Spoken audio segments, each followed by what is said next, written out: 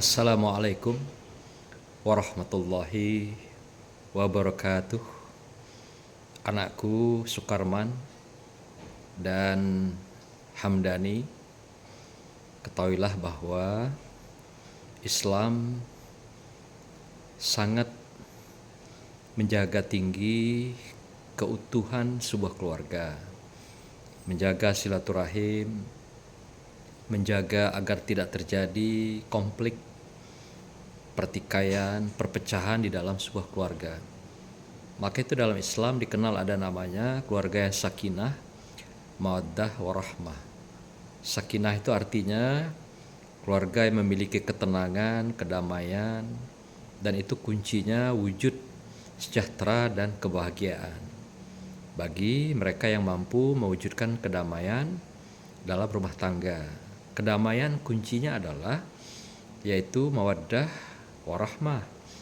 Mawaddah adalah cinta kasih, kesetiaan, kehangatan, dan juga saling pengertian seorang suami. Demikian juga warahmah adalah kesetiaan, kasih sayang, kelembutan dari seorang istri. Jadi mawaddah itu miliknya suami, warahmah miliknya seorang istri. Tanpa ada kerjasama, tanpa ada jalinan kasih sayang, kesetiaan, dan adanya usaha bersama untuk membuat ketenangan keluarga, tidak akan mungkin sakinah akan terwujud dalam rumah tangga. Dan tidak akan mungkin bisa terwujudnya kesejahteraan dan kebahagiaan dalam rumah tangga, lahir dan batin, dunia dan akhirat. Anakku berdua, Sukarman dan Hamdani, ketahuilah bahwa setiap manusia pasti punya kelemahan dan kekurangan. Maka itu Islam mengatakan istrimu adalah libasul lakum, pakaian bagi seorang suami. Dan suami juga begitu, adalah pakaian bagi seorang istri. Artinya kalau kita adalah merupakan sama-sama saling pakaian, tentu kita saling menutupi, menyelimuti, dan melengkapi segala kelemahan dan kekurangan. Dan menyadari bahwa tidak ada yang merasa lebih hebat daripada pasangan lainnya. Disinilah Allah berikan keadilannya pada kita. Mungkin suami ada kekurangan, istrilah yang melengkapi. Mungkin istri ada kelemahan, mungkin suami ada kelemahan, istrilah yang menguatkan. Demikian juga sebaliknya, mungkin istri punya kelemahan, kekurangan, suamilah melengkapi. Inilah dikatakan libasul lakum. Yang selanjutnya bahwasanya pernikahan adalah ikatan suci, misakon ghaliza. Jadi ada 3 ikatan suci yang kita bangun dalam hidup ini. Pertama, ikatan suci kita lahir ke dunia, siap hidup bersama Allah. Yang kedua, ikatan suci antara Rasul dengan Allah, siap mengemban amanah kerasulannya, kenabiannya. Yang ketiga adalah perjanjian suci antara suami dan istri. Maka itu orang yang sangat dicintai, disayangi Allah SWT adalah mereka yang megang teguh janji-janji itu, janji suci itu, untuk setia semati, sehidup semati di dunia, sampai nanti di akhirat dia dibangunkan kembali oleh Allah SWT di surganya Allah. Maka itu ketika ijab kabul, itulah ijab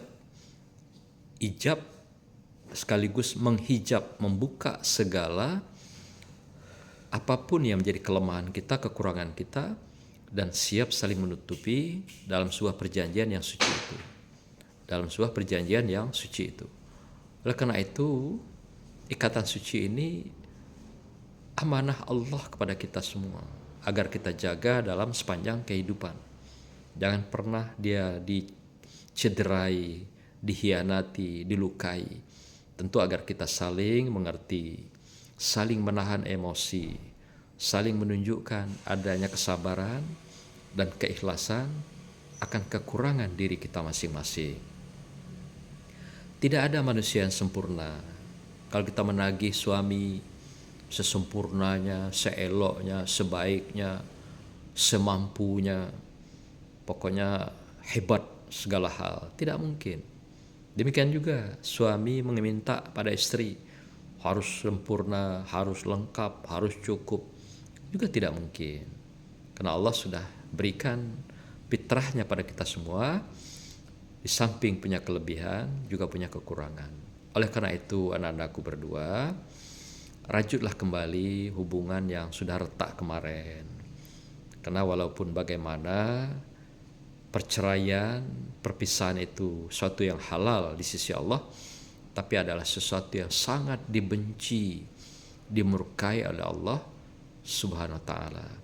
Apalah artinya kita hidup kalau dimurkai Allah, dibenci Allah, kita dinista oleh Allah.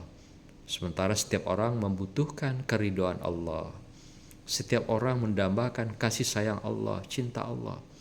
Tidak mungkin kita bisa dapat cintanya Allah, kasih sayang Allah, kalau kita tidak saling sayang dan saling cinta kasih dengan sesama. Terutama orang yang terdekat dengan kita, suami dan istri. Dan kasih sayang, cinta kasih suami dan istri inilah yang akan mengalir pada anak-anak kita, cucu kita. Jadi kalau orang tua tidak punya kasih sayang, cinta kasih, kelembutan, kedamaian, ketenangan, ini juga akan menjadi dampak buruk, efek buruk bagi anak-anak kita. Anak juga akan merasakan ketegangan, akan merasakan berbagai ketidaknyamanan, akan merasakan, boleh jadi ada istilah dalam psikologi namanya broken home, keluarga yang berantakan, anak akan berantakan, anak akan kehilangan masa depan, anak akan kehilangan pegangan, siapa yang mau ditokohkan, siapa yang mau ditiru, yang dicontoh dalam kehidupan. Kalau orang tuanya saja sudah konflik, tidak bersatu, tidak saling cinta, tidak saling kasih. Ingatlah anak-anakmu yang masih membutuhkan perhatian, kasih sayang, dan masih membutuhkan masa depan. Jangan pikirkan hanya egois, kamu berdua baik gitu, ya. Hanya memikirkan suami dan istri saja. Sukarman egois dengan kesendiriannya. Demikian juga Hamdani egois juga, merasa kuat dalam keadaan sendiri. Tidak bisa demikian. Kita punya kelemahan. Dan ingatlah anak-anak kita membutuhkan kasih sayang dan cinta kasih itu di setiap saat, setiap tarikan napas dan langkah kita. Perbaiki segera hubungan kamu berdua. Kemudian baru tahap berikutnya, selesaikan persoalan anak-anakmu, Nur dan Agung. Mustahil kamu bisa menyelesaikan masalah anak-anak kalau kamu berdua belum selesai dengan baik. Kembalilah seperti janji awal, seperti ijab kabul yang sudah disepakati bersama. Nah, kemudian perihal tuduhan pada anak-anak Ananda, Nur, dan Agung, apakah ada saksi 4 orang yang bisa membuktikan bahwa anak-anak kita ini atau cucu datuk ini melakukan perzinahan? Dalam Islam saksinya 4 orang, dan dia harus bersaksi, membuktikan, menemukan sendiri dia sedang melakukan hubungan suami istri. Kalau tidak ada, masih perlu didiskusikan. Atau kalau memang kita mau merasa lebih puas, bawa si Nur ke rumah sakit, dipisum dia. Apakah dia memang terganggu kegadisannya, direnggut kegadisannya, atau tidak sama sekali. Kalau pengakuan dia hanya sedang berdua, sedang masak-masak, sedang bertemu, tentu juga tidak bisa kita langsung menuduh yang demikian. Tapi yang jelas secara adat mungkin ada yang dilanggar. Nah, tentu ada di sini sanksi adat yang akan berlaku, tapi bukan sanksi Islam yang mewajibkan dia langsung dinikahkan. Apalagi anak-anak ini dalam usia pendidikan. Jadi telusuri betul.